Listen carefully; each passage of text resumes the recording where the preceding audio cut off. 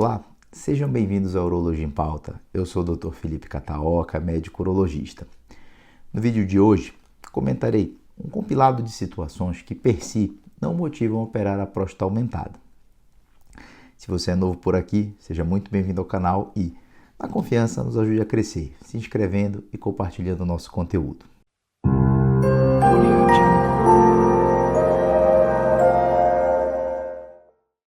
Bom, pessoal, a primeira situação é o aumento de tamanho. Essa é uma situação bastante corriqueira, que tende a preocupar os homens, principalmente se ele realizou algum exame de imagem, geralmente a ultrassonografia, e a sequência de exames vem sinalizando um aumento prostático.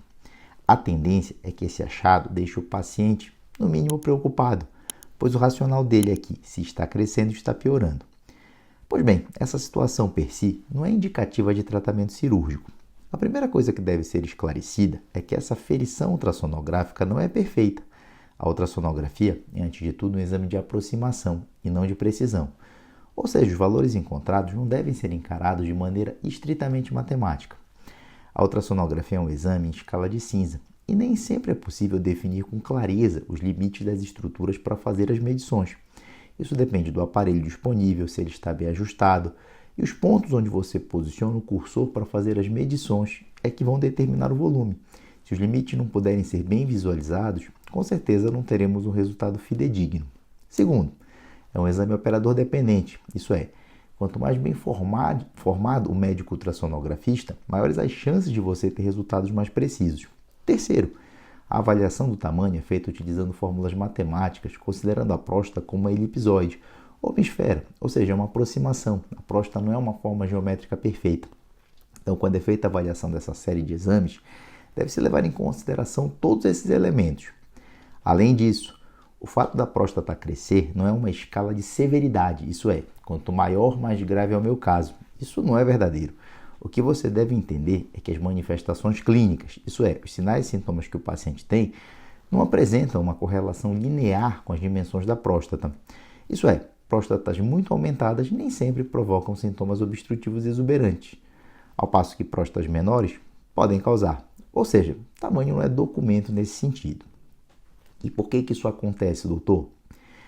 Tem a ver com o fato da nossa próstata ter um envoltório capsular que transmite a pressão para a uretra e a localização do crescimento tecidual dentro de determinadas zonas da próstata. Crescimento nas zonas anterior e mediana geralmente levam a sintomas mais graves. O tamanho da próstata não define uma escala de gravidade, isso é, quanto maior, pior ou mais grave é o caso. Na verdade, o tamanho serve para balizar a escolha para favorecer ou não o uso de uma determinada terapia medicamentosa e, no contexto cirúrgico, a escolha de uma ou outra modalidade, que seriam as cirurgias por via aberta, endoscópicas e laparoscópicas puras ou robô assistido. Então, o seu médico ele não deve justificar uma indicação cirúrgica pelo tamanho em si. Existem muitos motivos para isso, mas esse, definitivamente, tamanho não é um deles. Segundo, uma boa resposta à medicação. Uma boa resposta à medicação não quer dizer necessariamente que não existe indicação de cirurgia. Muitas vezes, a despeito de uma boa resposta medicamentosa, pode haver sim motivo para operar. Eu vou dar um exemplo prático que justificaria uma cirurgia nesse caso.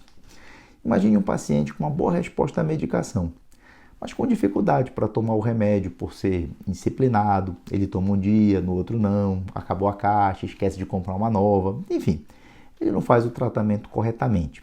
Outro exemplo, paciente que tem um baixo poder aquisitivo, com dificuldade para acessar o sistema de saúde público, porque mora em uma localidade distante, também configura uma situação que justificaria a cirurgia. Mas, de maneira geral, uma boa resposta medicamentosa significa que, além de um controle sintomático satisfatório e ausência de efeitos colaterais importantes, também não está havendo progressão de doença. Neste contexto, temos uma situação ideal para não operar. E, doutor, como saber se eu me enquadro nessa situação? Basicamente, através das avaliações de segmento com seu médico. Ele vai te avaliar clinicamente e através de exames complementares. O que se espera nesse cenário é que haja uma melhora expressiva ou resolução das queixas miccionais e os exames não demonstrem comprometimento de rins, ureteres e bexiga. O PSA esteja compatível com o tamanho da próstata e idade do paciente, o fluxo urinário esteja dentro de limiares de normalidade e ausência de complicações, né, que seriam as infecções, sangramentos, formação de cálculos, por exemplo. Dito isso, eu chego à terceira situação, que também não indica intervenção cirúrgica, que é a ausência de complicações decorrentes do aumento prostático. E doutor, quais seriam essas complicações? Isso é, quais são as situações que um paciente com HPB, se não estiver bem controlado, pode ter? São as seguintes. 1. Refratariedade ao tratamento clínico, isso é, o remédio não funciona ou deixou de funcionar. Essa indicação é para os pacientes que, a despeito de uma terapia clínica otimizada, mantêm sintomas miccionais moderados a severos. Para essa constatação, além da avaliação clínica, o uso de questionários e dados objetivos, conseguidos através de urofluxometria ou estudo urodinâmico, auxiliam nessa decisão. Uma segunda situação, retenção urinária aguda, é quando o indivíduo simplesmente não consegue urinar voluntariamente e, ao atingir a repressão vesical máxima, ele passa a sentir uma dor muito intensa. Geralmente isso acontece em pacientes com HPB não tratados ou tratados inadequadamente, com sintomas severos do trato urinário inferior. Uma terceira situação, hematúria franca e recorrente, é quando o indivíduo elimina sangue vivo pela urina. Essa condição é uma legítima indicação, uma vez excluídos outros diagnósticos, como infecções, câncer ou traumas. Uma outra situação, presença de cálculos ou divertículos. Ambos são sinais de descompensação vesical em um estágio avançado. Os divertículos eles não são uma indicação absoluta, mas se estiverem associados à infecção e descompensação vesical, isso é, da bexiga, a intervenção cirúrgica é desejável. Infecções urinárias recorrentes por conta de um resíduo pós-miccional elevado. Isso aqui, pessoal, é o indivíduo com HPB que está urinando mal, não consegue esvaziar completamente a bexiga. E essa urina represada, que está em estase, né, parada, favorece a proliferação bacteriana e, consequentemente, infecções. Esse tópico é importante excluir prostatite aguda ou crônica como fonte de infecção. Outra situação, hidronefrose bilateral, com disfunção renal.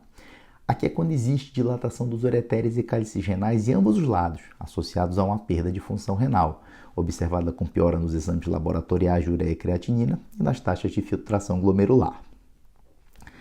Pois bem, meus amigos, elencamos então algumas situações que não indicam necessariamente uma intervenção cirúrgica, pelo menos não imediatamente. E você, se identificou com alguma das nossas colocações? Deixe um comentário, quem sabe o seu caso é semelhante a de outros espectadores. E, se você ainda não se inscreveu, aproveite esse momento para fazer isso, além de curtir e compartilhar. Se esse é um assunto que lhe interessa, nós temos muitos outros vídeos temáticos aqui no canal. Bom, hoje eu fico por aqui, um grande abraço e até a próxima.